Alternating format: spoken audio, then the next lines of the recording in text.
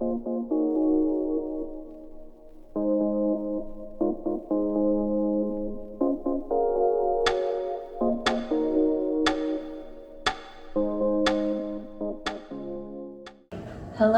Hello. Please tell me a little bit about yourself. Oh, first of all, thank you for being here today. Of course. Thank you. Yeah, my name's James Cummins. I'm from Colorado, America, and I've lived in Korea for 4 years or so. And you're currently a teacher? Yes, I work in a hagwon. That's been my job here in Korea for all 4 years. I currently work at a kindergarten. What are some challenges for while you're working? Well, I mean, obviously the language gap is a thing, but honestly, I found it to be less of a problem with children than it is the older they get. Because kids are fine if you don't really understand, as long as they're having fun. How have you dealt with this pandemic situation? How's it going for you? Well, it's been, I mean, for me, I've gotten really lucky. I was originally gonna head back home on like March 10th or something, but yeah, it was like, I need to get back as soon as possible, so we had the school change the flight. And I got there at the beginning of March, and we were debating whether she should come or not. We didn't know. I mean, they weren't doing anything in America at the time to like mitigate anything, because we already had plane tickets to New York, and we were gonna go see The Late Show with Stephen Colbert on St. Patrick's Day. I love that show. Yeah, on St. Patrick's Day in New York.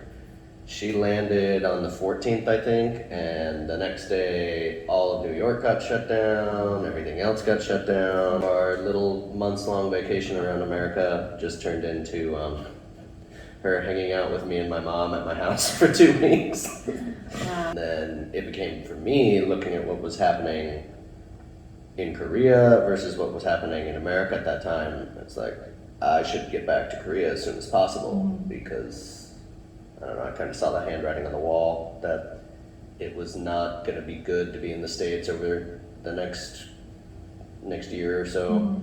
So I got back here as soon as I could, and went through the whole quarantine thing. Ever since then, like I said, I can't complain compared to. I mean, I know bunches of people back home that lost jobs and everything was weird. I pretty much have lived like a normal life through the whole thing. Right. It's nice somehow I dodged that bullet Yeah. perfectly, knock on wood up to this point, I guess, but I don't think that's wood. That's definitely not, but let's just say it is.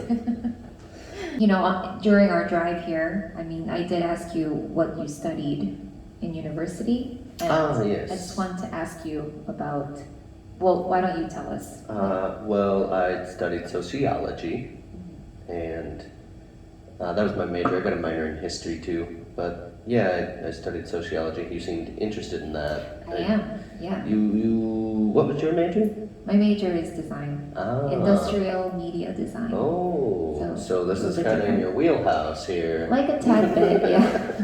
but I'm also interested in like psychology and stuff, so Yeah. when so, you mentioned it was like kind of related. Yeah, they're pretty closely intertwined. I guess the way I would define what sociology is just a study of social phenomenon and searching for explanations as to why that phenomenon exists. And you can do that. I think a good sociologist does that through both quantitative and qualitative data and information. Okay. For those who don't know, that's, quantitative is like your hard statistics and things like that, and qualitative is more, interviews or talking to people, looking into stories that are analogous to the phenomenon.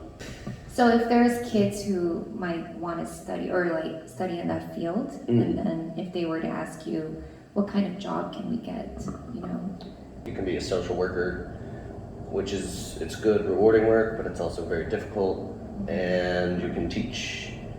But once you get a master's degree, it kind of opens up more opportunities. There's the good way to make money would be look for things in marketing. So Okay. social media companies are always looking for people with sociology and psychology, social psychology degrees, because helps them figure out the best way to target ads and create revenue. Advertising companies are definitely always looking for people in that field. Doing stuff you can, be a professor, work in research and stuff, which is just always interesting. Do you think through this pandemic, people are becoming more out of touch with like human connection? Oh yeah, but that was happening. I mean, the pandemic just accelerated it. Okay, but it was already happening. Well, I mean, that goes back to why people are so polarized. We're just not interacting with each other. And I mean, I was reading a study a couple months ago now about just the way that people, when they have to physically be in the same presence as someone, the wording that they choose versus when they're interacting online. I mean, you can see it in like comments, obviously, how quickly it escalates, and it gets really vicious really fast when you don't have to actually be in the same physical presence as somebody. So just that in and of itself, I mean, we're biologically wired to be around people. I totally agree with that. So, Yeah. and the pandemic is accelerating that problem.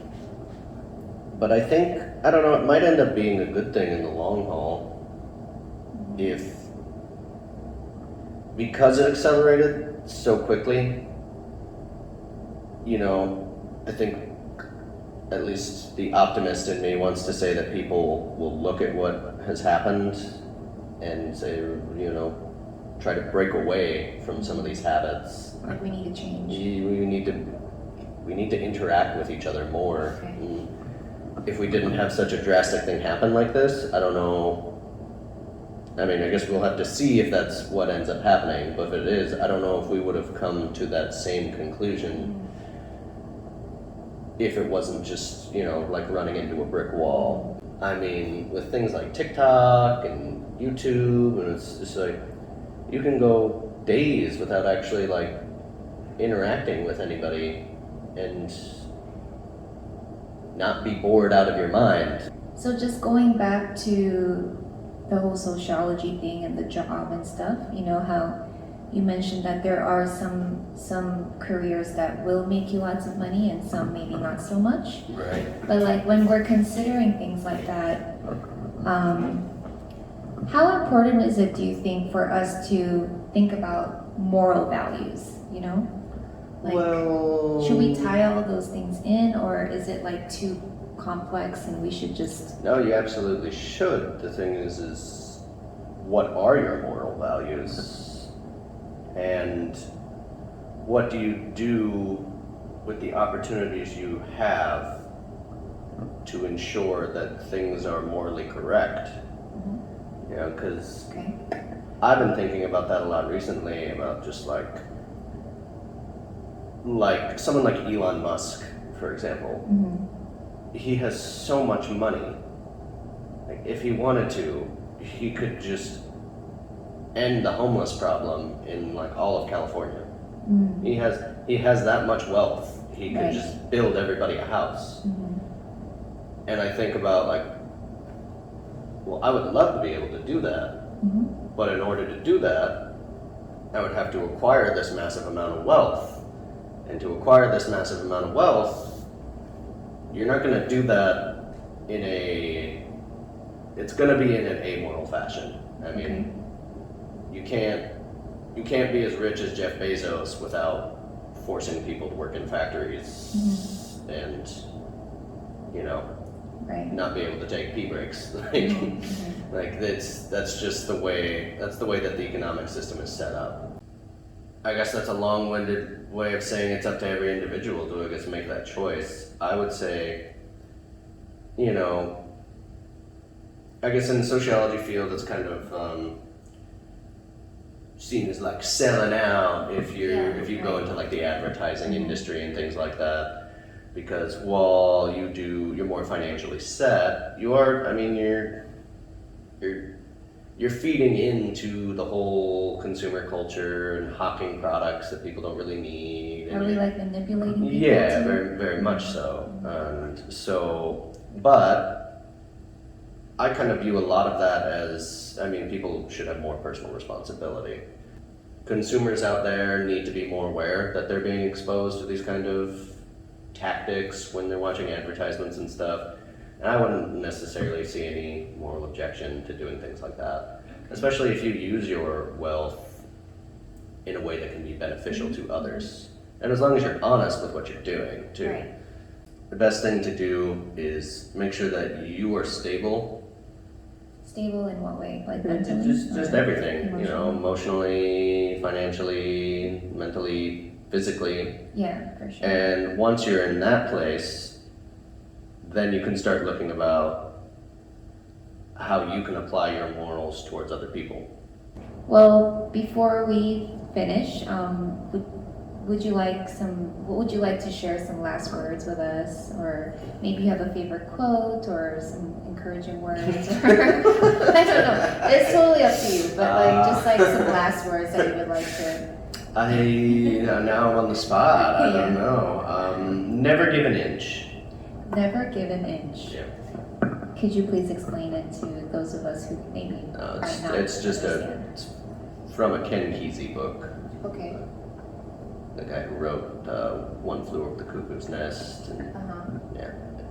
Doesn't really mean anything. Okay. Alright. It just sounds Just sounds cool, I guess. I don't right. know. Okay. Well, it's It's been fun. yeah. I hope you can join us again sometime Sure. and Anytime. look at my fake plants again. I love it. It's a good time. Okay. Anyway, Thank you. have a Thank good one, you. folks. Bye. See you.